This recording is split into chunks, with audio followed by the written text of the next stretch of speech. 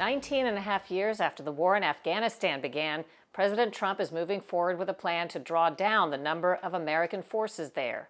The longest U.S. war in history began October 7, 2001, when the U.S. and allies drove the Taliban from power. The Islamic extremist group had allowed al-Qaeda to operate and plan the September 11th terrorist attacks in Afghanistan. I recently spoke with Senator Tom Cotton, who's on the Armed Services Committee. He served in Afghanistan while in the Army in 2008.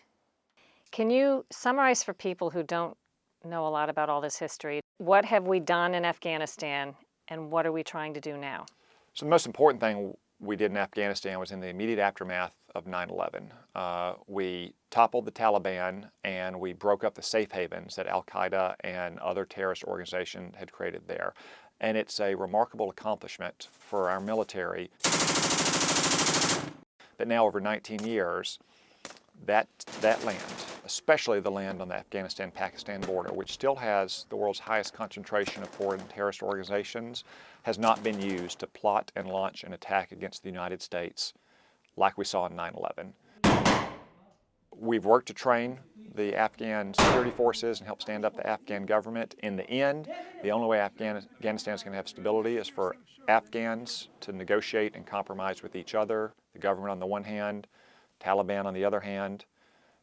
Tribes are mixed in there as well. What was the number of troops and what does it pull down to? I don't want to get into specific numbers because I don't think those are publicly released. I won't get into them. I could, but I won't. I heard it's been publicly said we're leaving behind like 8,600. Does that sound right? I think that's in the ballpark. Okay. But at one point at its peak, did we have at one point at its peak, we had over 100,000 when President Obama surged troops in there in 2009 and 2010. So the scale, of course, is much, much smaller now. But it's still a big commitment, and it's not a commitment that we want to continue indefinitely. We don't want to have to keep our troops there forever to support the Afghan government. Our interest is ensuring, no matter what the final political outcome looks like, that Afghanistan is not used as a launching ground for terrorist attacks against the United States again. I take your point that for 19 years it has not been used as a launching point for terrorist attacks.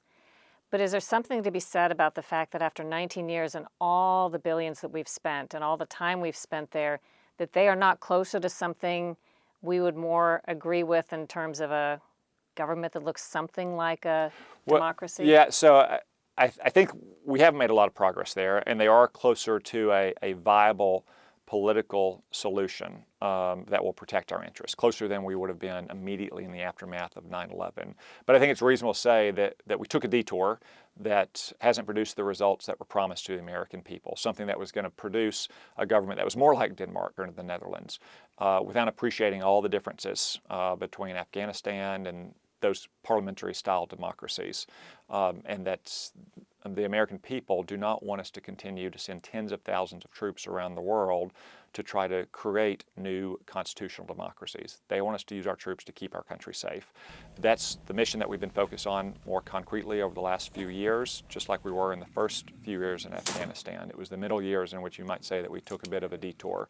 Right now what we're focused on is protecting the lives of Americans and making sure we're not attacked again from Afghanistan. The Trump administration signed a deal with the Taliban February 29, 2020, agreeing to end U.S. military involvement over 14 months. Secretary of State Mike Pompeo recently announced plans to reduce U.S. aid to Afghanistan by $1 billion.